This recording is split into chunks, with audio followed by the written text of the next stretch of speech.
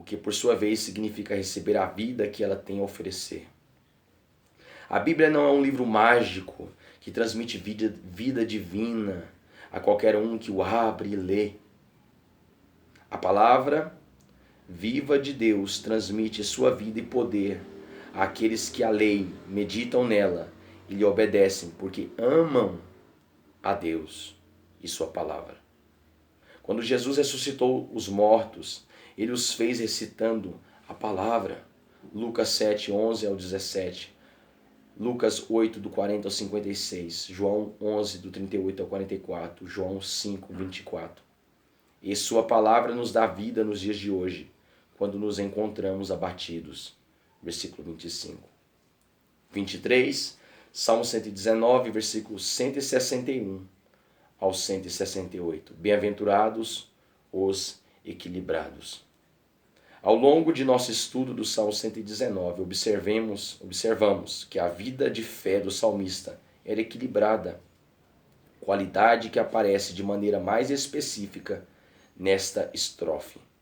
Respeito e regozijo, alegria, versículos 161 e 162. Os príncipes começaram sua campanha de oposição falando mal do salmista, versículo 23. Mas agora sua perseguição é mais direta. Mas o salmista não temia seus perseguidores e se maravilhou diante da palavra de Deus. Vemos mais uma vez que, quando tememos a Deus, não precisamos ter medo de coisa alguma. Ele respeitava a palavra e se regozijava nela, pois a alegria e a grandeza do Senhor andam juntas. Os príncipes desejam roubar isso dele, mas ele encontrou grandes riquezas na palavra de Deus. Ver versículo 14 e 72 do Salmo 119. As promessas de Deus na Bíblia são melhores do que dinheiro no banco, pois jamais perdem o valor e ninguém pode tirá-las de nós. Amor e aversão, versículo 163 do Salmo 119. Vós que amais o Senhor, detestai o mal, Salmo 97, 10. O salmista amava a lei de Deus, mas detestava todos os caminhos falsos. Versículo 97, 104, 127 e 128. E tinha aversão aos dobles, versículo 113, aqueles que tinham dupla fala, duplo caminho, as pessoas que eram falsas.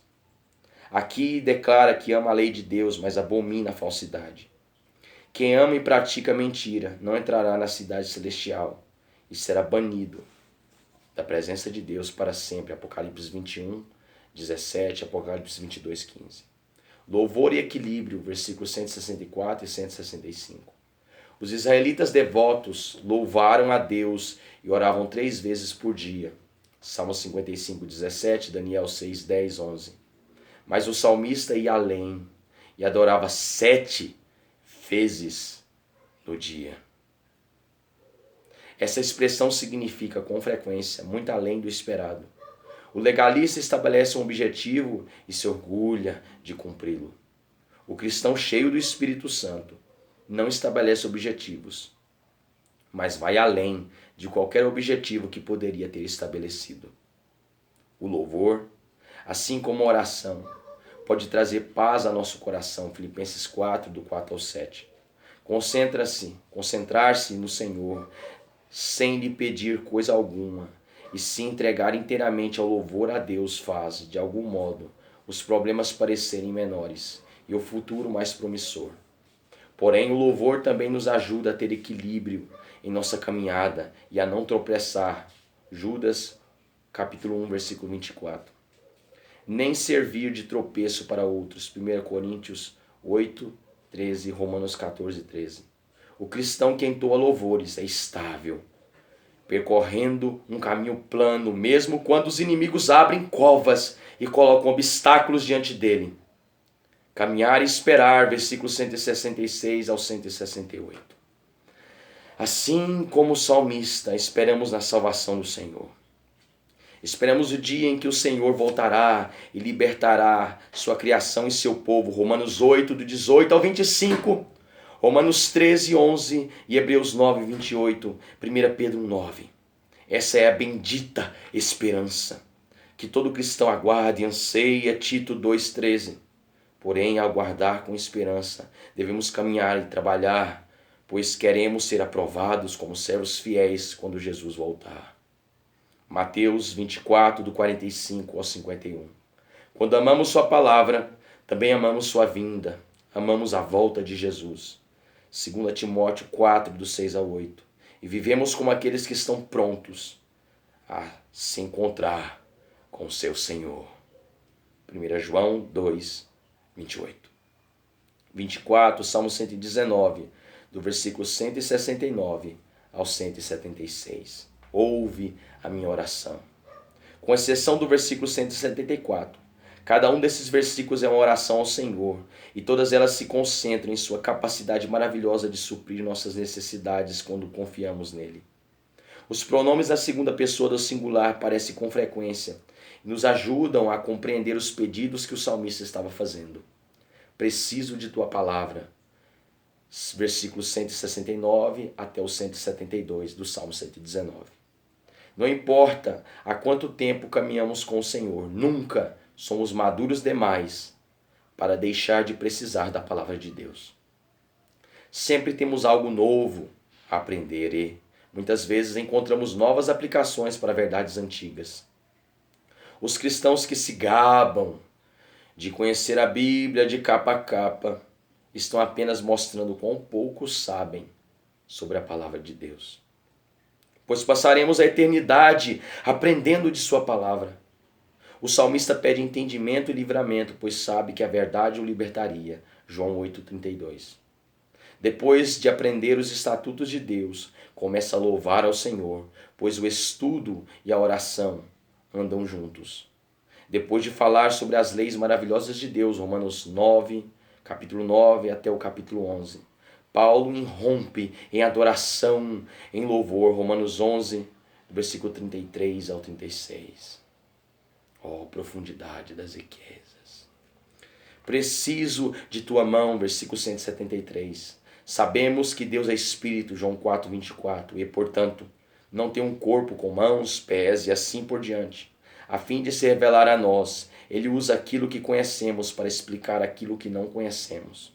De modo que a Bíblia o descreve em termos humanos. Essa é a única menção que faz a mão do Senhor neste salmo. Mas ela pode ser encontrada várias vezes no livro de Salmos. Os ídolos dos pagãos têm mãos que não se movem, nem sentem. Salmo 115, 7. Mas a mão de Deus trabalha em favor de seu povo. Somos as ovelhas que estão nas suas mãos. Salmo 95, 7. Imagem que Jesus emprega em João capítulo 10, versículo 28 e versículo 29. Preciso de tua salvação, versículo 174. Neste caso, o termo salvação significa livramento dos inimigos que estavam ameaçando. Mas este mesmo termo pode também significar a libertação de preocupações, a cura de enfermidade, a provisão de fundos para pagar uma conta ou o livramento da opressão satânica. Como vimos no versículo 166, nossa salvação final, se dará quando Jesus Cristo voltar para livrar todas as suas criaturas da escravidão do pecado. Preciso de tua ajuda, versículo 175.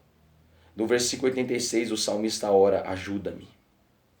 Mas o povo de Deus está sempre suplicando por ajuda.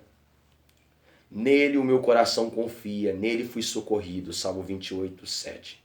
A mão de Deus pode nos socorrer.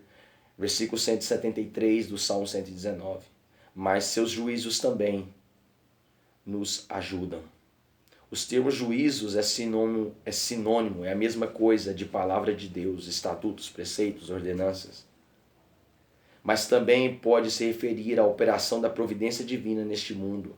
Salmo 105, 7, Romanos 11, 33. É evidente que os dois andam juntos, pois Deus sempre obedece à própria palavra quando opera neste mundo. Deus nos ajuda a dispor como lhe apraz o que se passa neste mundo e em nossa vida, pois nada é acidental para o cristão. Nosso Pai cuida de nós e realiza sua vontade. Salmo 23, 3, João 10, 4, Romanos 8, 28. Todas as coisas cooperam para o bem daqueles que amam a Deus, daqueles que são chamados segundo o seu propósito. Sou teu servo, versículo 176. O salmista não diz que pecou grandemente contra o Senhor, nem que estava se rebelando contra a vontade de Deus. A essa altura, sente a própria fraqueza e ignorância e as expressa em termos do que ele é significativo. No versículo 110, afirmou que não havia se desviado, mas agora percebe o perigo do excesso de confiança. 1 Coríntios 10, 12.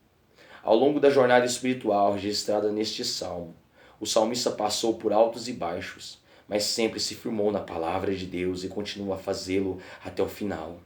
Ele começa o salmo com uma bem-aventurança, versículo 1, mas o encerra com a advertência. Duas coisas importantes que devem ser equilibradas na vida cristã. Deus nos dá as promessas e certezas para que não fiquemos desesperados, mas também nos dá advertências para que não nos tornemos atrevidos. O salmista ainda era um escravo do Senhor, um servo do Senhor e não do pecado, e ainda se lembrava da palavra de Deus, de modo que não ficaria longe do caminho por muito tempo. O bom pastor o encontraria e o levaria de volta ao aprisco. Ungiria suas feridas com óleo curativo e lhe daria água fresca para beber. Salmo 23, versículo 5. Guia-me às águas tranquilas e refrigera minha alma.